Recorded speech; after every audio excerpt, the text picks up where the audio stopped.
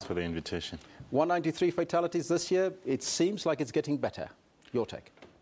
Most definitely, we are quite encouraged by what appears to be change of hearts and minds on the part of those who use our roads. Here I'm referring to motorists, I'm referring to pedestrians and passengers to some extent, because all of them do play a role in ensuring that indeed our roads are safer. But of course, this is not cause for celebration. 193 is still quite a high number for us. Ideally, we would want to get to a situation wherein we do not have these kind of conversations about counting dead bodies, because we seem to have gotten accustomed to the fact that come Easter long weekend, come your December festive season, at the end we are going to be counting dead bodies.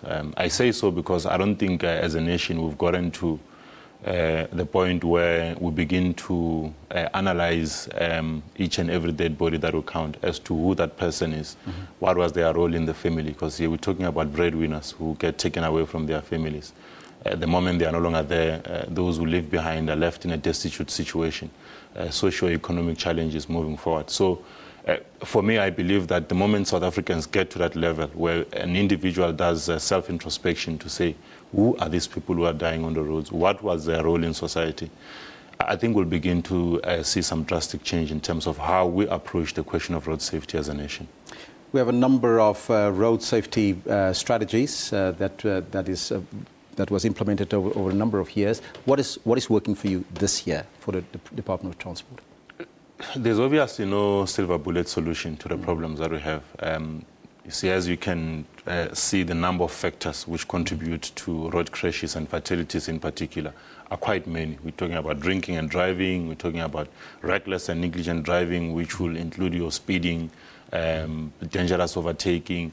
Talking about people who have no courtesy whatsoever for fellow road users, people who cut in front of you and endanger your life. And so for me, all the strategies that we've put in place over the years have taken into cognizance these very same factors. But one thing that we believe we are doing differently, which is something that was introduced by the new Minister of Transport, it's to begin to bring everyone who's responsible, or at least who has a role to play in road safety, under one roof. And she did that by convening the first ever National Road Safety Summit that we had on the 5th and 4th of October in 2013. There we had people from the academic world, we had people from the non-profit organization world, we had road safety experts located either in the private sector or the public sector itself, coming to have a frank talk with the Minister of Transport to say that this is what we believe government is doing wrongly from a legislation point of view, from the enforcement of the very same legislation point of view, from an education and awareness point of view, but more importantly, the issue of engineering. Bad roads do contribute to some of these crashes, as you had earlier pointed out. So out of that summit, we came up with a number of resolutions, which include a need to form a partnership, formalize this partnership that we have moving forward, private sector, government, and civil society. We are in the process of establishing a Road Safety Advisory Council, which will basically bring under one roof the academia, those who are specialists in the subject matter, road safety, within the non-profit organization sector, but also the public sector at all levels. The private sector plays quite an important role. A number of private sector companies have actually, out of their own volition, come up with a number of initiatives that are aimed at ensuring that our roads are safer. So a national cohesive approach which doesn't point a finger at either government or the private sector as people who are contributing, or at least who are not doing anything towards ensuring, will basically see us moving away from the situation that we're currently faced with. Road conditions is one of the issues that the Minister has mentioned, and she said there will be an announcement on how potholes will be addressed shortly. What is the strategy behind that?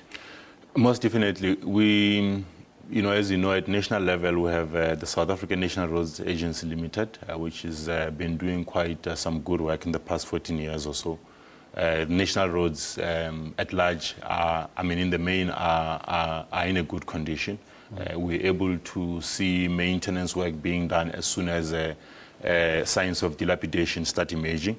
However, we can't say the same of our provincial and municipal roads.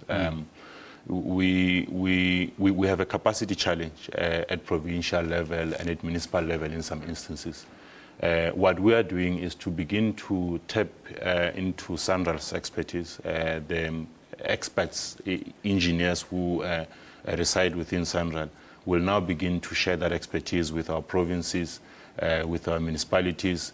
SANRAL is already inheriting a number of roads from provinces, where provinces come to us, the National Department of Transport, to say that we are struggling with capacity here and there, can you please assist us? But in addition to that, we have a ring-fenced fund called the Provincial Road Maintenance Grant, otherwise known as Hamba Sonke, which basically seeks to assist provinces who are either lacking so far as resources are concerned to maintain their roads. They can write to the Department of Transport, make a submission, basically state their case, and then on the basis of a need analysis, then we are able to disperse resources to them and say, please go and attend to those roads and all of that. But now, we're not just giving money to them. We are sending money with engineers to say that please make sure that that money goes where it's supposed to be going. Because in some instances, we've seen unfortunate situations wherein money gets given to some provinces, but residents still complain of the same problem. So we believe that we are turning the corner on that front as well, to make sure that at the end of the day, the issue of road conditions doesn't get counted as a contributing factor to the road carnage. So if somebody's got a magic potion to fix the potholes, they can talk to the department, I would imagine. Well, it's our responsibility at the end of the day. There's only one Minister of Transport in the country, as much as we have MECs in all provinces. At the end of the day, the President expects the Minister of Transport to know about each and every road stretch in our country and why they will be in a bad condition. So hence the Minister is taking personal responsibility for what's actually happening at all the spheres of government. 40% of those killed on the roads were pedestrians. Now, this is a crucial point. Pedestrians, people walking on the roads. What measures will the department implement to educate the pedestrians and make sure that they do understand the dangers on the road? You are correct. It's quite a concern for us. Pedestrians form part of a category that we call vulnerable road users. This will include cyclists. This will include people who jog for fitness purposes, people who walk for recreational purposes.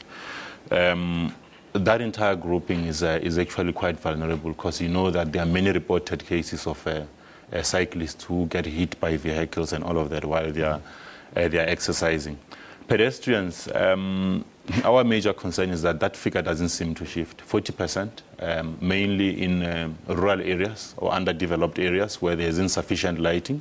People walk at night wearing dark clothes.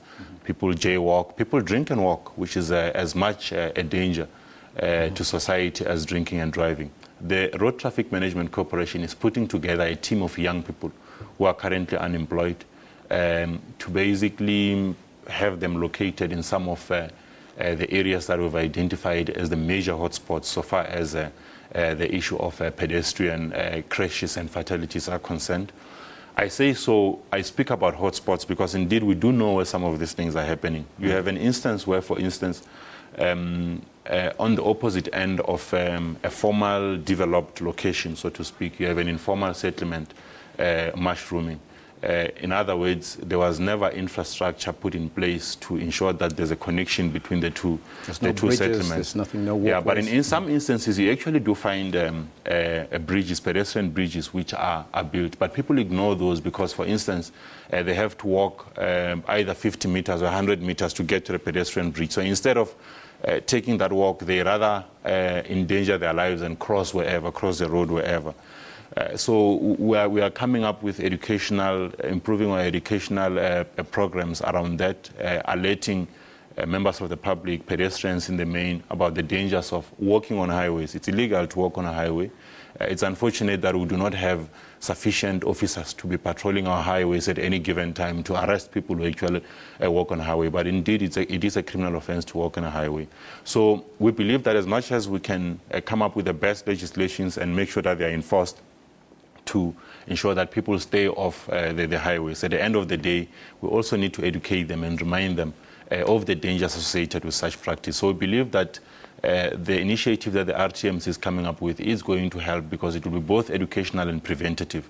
So we are looking forward to that, and we are hoping to see a reduction in the number of people who die on our roads but are not in vehicles. You crossed the first hurdle now, the Easter weekend. Another long weekend is coming up. The school holidays is coming up in June, July, then the December holidays. What is the campaign that you're launching, or is there a campaign in place already? Road safety is a 365-day business. That's the attitude that we are taking now, because indeed, if we are going to change the hearts and minds of those who use our roads, the message has to be preached on a day-to-day basis. It doesn't take a day or so to change people's attitudes, habits. If a person is used to drinking and driving and not being caught, it won't take a single message from the Minister of Transport, but we'll see some consistent kind of a campaign.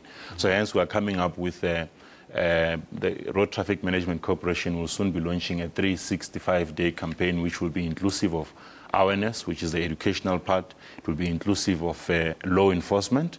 But I've already spoken about the issue of infrastructure, attending to the infrastructure needs. So those three elements for us are quite key. And indeed, we are quite hopeful that we'll be able to sustain the campaign with a partnership from institutions like the SABC and other media houses. Because at the end of the day, it requires resources to be on television, to be on radio, or any other form of media space. Finally, your advice to motorists and pedestrians out there. Let's not forget about them.